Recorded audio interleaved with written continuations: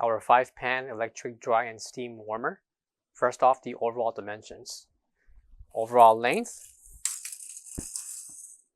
a total of 72 inches. Overall depth, 30.5 inches. 30.5 inches is from the front of the cutting board to the back of the warmer. Depth of the warmer only is 22.5 inches, and the depth of the cutting board will be 8 inches.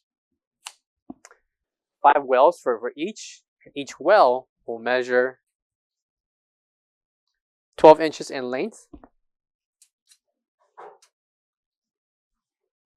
20 inches in depth, and 8 inches in height.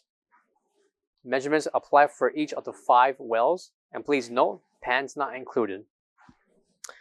On the bottom is a storage shelf with the length measuring 69.5 inches,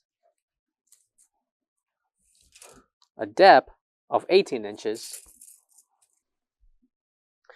Coming to the bottom will be 5 burners to adjust the temperature, and included will be 2 110/120 plugs. Coming to the left corner of the warmer will be the ETL certification, along with the technical specifications for this 5-pan warmer. For all questions, give us a call or visit our website, coolerdepotUSA.com, for more information on this product.